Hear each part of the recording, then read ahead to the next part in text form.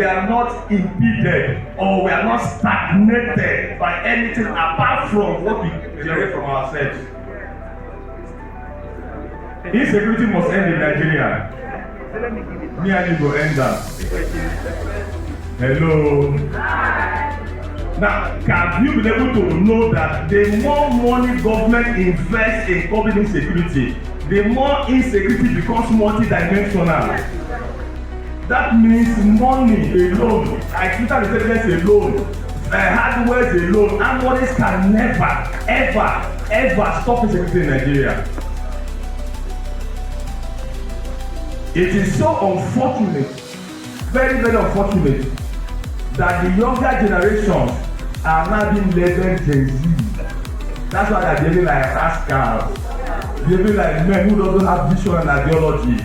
But I am shocked that if given the opportunity, Nigerian young men will be in their houses with phones and take the whole country.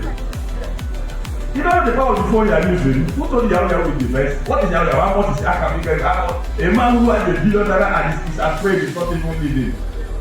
You know what you mean to be afraid? You dey go in the fear. You are the worst. You are the issue of the endangered species. No matter how much you have, with your phone, that thing you are holding that I am afflicted with, that is possessing your mind. You carry that go through this country. So this country hostage. There is enough money in this country. Nigeria data man, with all due respect. We have cars, one car. Some people drive cars of $1 billion.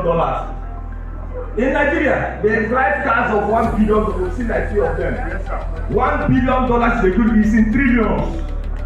There is so much money in this country, so much potential, so much everything is in abundance, and we're even blessed. We don't even have natural disasters. Yet, the little, correcting that our mental compass becomes a very difficult task for us to do. Some of us have actually led the Sicilian youths who are mentally cultured, whose behavioral templates are standard and in order. It is very, very unfortunate that even within ourselves, we don't even know the policy that really makes us a better human being. When you don't know anything about poverty, you are bound to be poor. See, poverty is never end. Government pay 100 million naira every year. You see the very poor. Because that mentality you are seeing is still within your framework. But once you have the knowledge of the nature of poverty, you can be able to strive to live beyond poverty and make yourself creator of destiny. Having said this, I wish to thank my brother and my friend, the Bishop One International, who has been very, very consistent in organizing programs. As far as Abuja is concerned, I make bold with all authority to assert that Senior Comrade Emma Johnny remains the most prolific organizer of programs who has never failed. And it's not to remind us, we are doing this program 4 times every year, and they are very consistent. And I know, by the grace of God, that those of you listening to me will learn one thing today. See, with all due respect, whether I like it or not, whether I believe it or not, it's a reality. You are not ordinary person, or guy. You don't understand. You are not ordinary. You have the spirit flowing in you. My brother has, I think he has. I heard him when he said he developed an app to be able to preach a kind of solve problems in the hospitals. And a lot of us are praying like, you must, as a matter of urgent necessity, discover yourself first. If you don't discover yourself, you cannot order your priorities. There are so many things to life than money. Making money at 60 years is not a sin, sir. Majority of the civil servants build their first house when they are retired.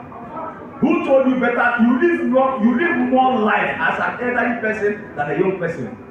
When you are born, from first year to 12 years, you are a small child. You live that 1 year, 12 years, 13 to 19 years, a teenager. So from beginning of your life to reach teenager is 19 years. From there you become adolescent to 35 years. From 40 years to 100 years an old man. You live longer in old age. Why not work to make sure that you make your old age more viable than your young age? We will stop by the grace of God that criminal mentality in us. It's not in Nigeria. Our fathers, our grandfathers, our forefathers never had criminality culture in them.